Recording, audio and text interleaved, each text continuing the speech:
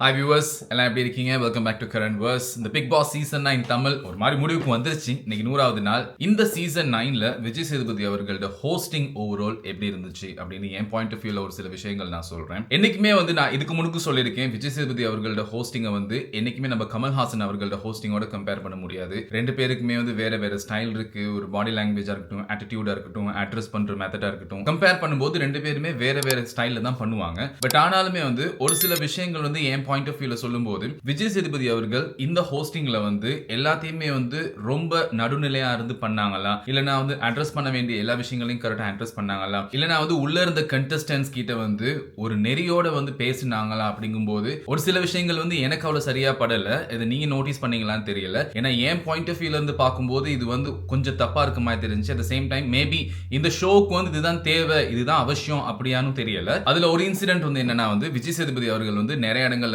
காசை மென்ஷன் பண்ணிருப்பாங்க. பேமெண்ட் அப்படின்னு சொல்லிட்டு, நீ பேமெண்ட் வாங்குறீங்க தானே, டெய்லி பேமெண்ட் உங்களுக்கு கிடைக்குது தானே, இல்லாட்டி அந்த பேமெண்ட் நீங்க அவங்களுக்கு கொடுப்பீங்களா? நானும் பேமெண்ட் வாங்கிட்டு தான் இங்க வேலை செய்யறேன், எனக்கும் இது புதுசு தான், நான் இதெல்லாம் கத்துக்கிட்டு வரல, நீங்களும் பேமெண்ட் வாங்கிட்டு ஒர்க் பண்றீங்க அப்படின்னு சொல்லிட்டு இந்த பேமெண்ட் இந்த சேலரிங்கிற விஷயங்களை அடிக்கடி மென்ஷன் பண்ணிக்கிட்டே இருப்பாங்க. ஒரு இன்சிடென்ட்ல கூட கம்ருதீன் அவர்கள்ட்ட கேட்டிருப்பாங்க. ஐ திங்க் அந்த கம்ருதீன் பார்வதி ஒரு இன்சிடென்ட்னால ஹவுஸ்மேட்ஸ் எல்லாருக்குமே உள்ள அந்த பால் எக் அதெல்லாம் கிடைக்க வேண்டியதெல்லாம் கிடைக்காம போயிடும். சோ அதுக்கு பார்வதியின் கம்ருதீன் சாரி கேட்கும் போது விஜய் சேதுபதி அவர்கள் அந்த வீக்கெண்ட்ல அட்ரஸ் பண்ணும்போது சொல்லுவாங்க, சாரி கேட்டா சரியா போயிருமா, அப்ப அந்த ஒரு 1 வீக் 2 வீக் அவங்களுக்கு கிடைக்க வேண்டிய எல்லாத்தையும் நீங்க எல்லாம் பண்ணிட்டீங்க, அந்த பேமெண்ட் வேற நீங்க கொடுப்பீங்களா, நாங்க வேணா அதை கொடுக்காம இருக்கோம், அந்த பேமெண்ட் உங்களுக்கு கொடுக்க முடியுமா அப்படின்னு சொன்னாங்க. பார்வதியன் கம்ருதீன் பண்ணது தப்பு தான். அதுக்காக பிக் பாஸ் அவர்கள் என்டையர் ஹவுஸே பனிஷ் பண்ணிருப்பாங்க, எல்லா கண்டஸ்டன்ஸையுமே பனிஷ் பண்ணிருப்பாங்க. அதுக்கு உள்ள அந்த பேமெண்ட்டை இழுத்து பேசணும் அப்படிங்கிற ஒரு விஷயம் லைக் எனக்கு ஒரு மாதிரி சரியா படல. ஆப்வியஸ்லி இந்த ஷோல இருக்க எல்லா கண்டஸ்டன்ஸும் சரி, இங்க இருக்க அந்த ஹோஸ்டும் சரி, எல்லாருமே ஒரு பேமெண்ட் ஒரு அக்ரிமெண்ட் கீழே தான் பண்றாங்க. பட் ஆனா அடிக்கடி அதை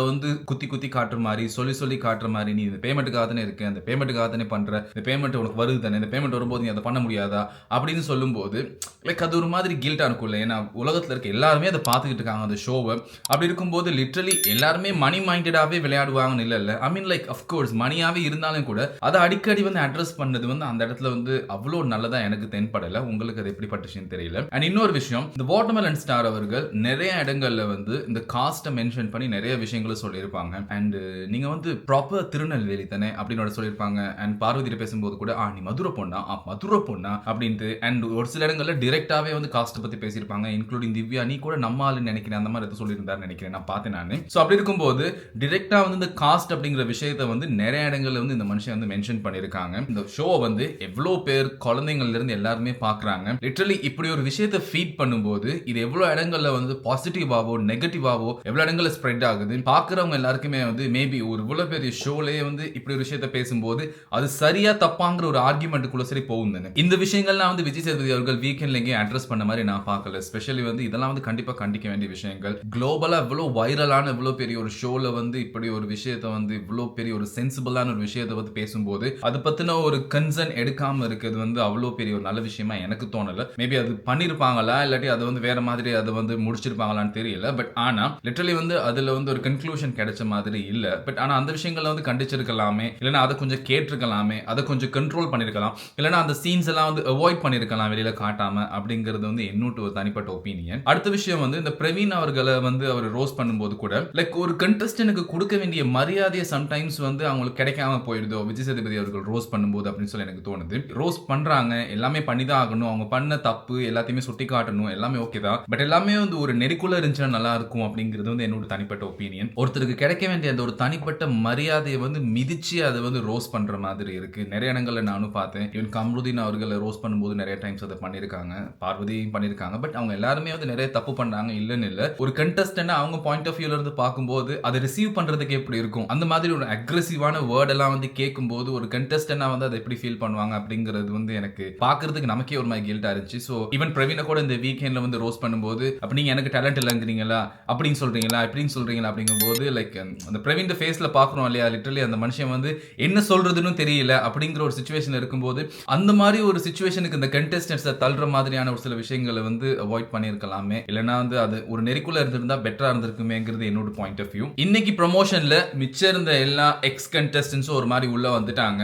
எஃப்ஜே வந்துட்டாரு, அதுக்கப்புறம் கனித்தீர் வந்துட்டாங்க. அண்ட் பார்வதியின் கம்ருதீன் அவங்க 2 பேர் தான் வரல. ரெட் கார்டு எவிக்ஷனுக்கு அப்புறம் எனக்கு தெரிஞ்சு பிக் பாஸ் டீம் திரும்ப அவங்கள கேட்டிருக்க மாட்டாங்க உள்ள இன்வால்வ் சால்வ் பண்றதுக்கு. மேபி இந்த கிராண்ட் ஃபினாலே ஃபங்க்ஷனுக்கு கூட வந்து பார்வதியின் கமருதீன் வந்து வருவாங்களான்னு தெரியல. பட் ஆனா வெளியில அவங்களுக்கு இருக்க ஃபேன்ஸ் நிஜமாலுமே அவங்களை ரொம்ப அப்ரிஷியேட் பண்ணாங்க. அவங்களோட கேமை குட்டோ பேடோ அவங்களோட இன்புட் வந்து நிறைய இருந்துச்சுன்னு சொல்லி எல்லா இடமே வந்து மக்கள் அவங்கள பாராட்டினாங்க. ரீசெண்டா நடந்த கமருதீன் ஃபேன்ஸ் வந்து மீட் பண்ற அந்த இன்சிடென்ட்ல கூட நம்ம நிறைய பார்த்திருந்தோம். அண்ட் உள்ள வர்ற எல்லாருமே பெரும்பாலுமே வந்து விக்கல்ஸ் விக்ரம் வந்து டார்கெட் பண்ற மாதிரி இருக்கு. நீங்க அதை நோட் பண்ணீங்களா? வந்தோன்னு வியனாவும் சரி மென்டலி வந்து விக்கல்ஸ் விக்ரம் பிரேக் பண்றதுக்கு எல்லாமே சொன்னாங்க, பேசினாங்க. இப்ப ரெண்டு பேரும் சாரி எல்லாம் சொல்லி இதெல்லாம் பேசி வீக்கெண்ட்ஸ்ல கூட வந்து விஜய் சேதுபதி அவர்கள் அது வியானா கிட்ட கேட்டு அட்ரஸ் பண்ணும்போது கூட வியானா வந்து ரொம்ப அடமெண்டா இருந்தாங்க அதுல. அண்ட் அதுக்கப்புறம் அவங்க ரெண்டு பேரும் ஒரு மாதிரி பேசிக்கிட்டாங்க, எல்லாம் ஓகே. இன்னைக்கு கனித்தீரு உள்ள வந்திருக்காங்கன்னு நினைக்கிறேன். வந்தோடனே வந்து ஹாய் ஹலோ எப்படி இருக்கீங்க அப்படின்னு சொல்லி ரொம்ப ஃபார்மலா கேட்டோன்னே அதுவே விக்கல்ஸ் விக்ரம்க்கு ஒரு மாதிரி பட்டுருச்சு. அண்ட் உள்ள போயிட்டு விக்கல்ஸ் விக்ரம் யோசிக்க ஆரம்பிச்சிட்டாங்க, என்ன நடக்குது, ஏன் வெளியில போறவங்க எல்லாம் என்ன மட்டும் வந்து இப்படி டார்கெட் பண்றாங்க அப்படின்னு சொல்லிட்டு. அண்ட் கனித்தீரு அந்த ப்ரொமோஷன்ல இன்னொரு விஷயமும் சொல்றாங்க, வெளியில போனோம் தான் நிறைய விஷயங்களை பார்த்தேன், அது நினைச்ச மாதிரி இல்லைன்னு சொல்லிட்டு. பட் ஆப்வியஸ்லி வந்து கனித்தீருவுக்கும் விக்கல்ஸ் விக்ரமுக்கும் அப்படி எந்த பிரச்சனையும் நடந்த மாதிரி நம்ம எங்கேயுமே பார்க்கல. நீங்க எதுவும் பாத்தீங்களா? அந்த மாதிரி அவங்களோட கேம் வந்து டைவர்ட் பண்ண மாதிரி விக்கல்ஸ் விக்ரம் எங்கேயாச்சும் பிளே பண்ணாருன்னு சொல்லிட்டு நம்ம as far as we know அந்த மாதிரி எதுவுமே நடக்கல. இது ஒரு பிராங்கா இருக்கலாம், மேபி பிக் பாஸ் டீம்னு சொல்லி அனுப்பியிருக்கலாம், நீங்க போயிட்டு இப்படி பிஹேவ் பண்ணுங்க இந்த மாதிரி பண்ணுங்க அப்படின்னு சொல்லிட்டு. ஏதாச்சும் கண்டென்ட் ஒன்று வேணும் தானே அப்படிங்கிறதுக்காக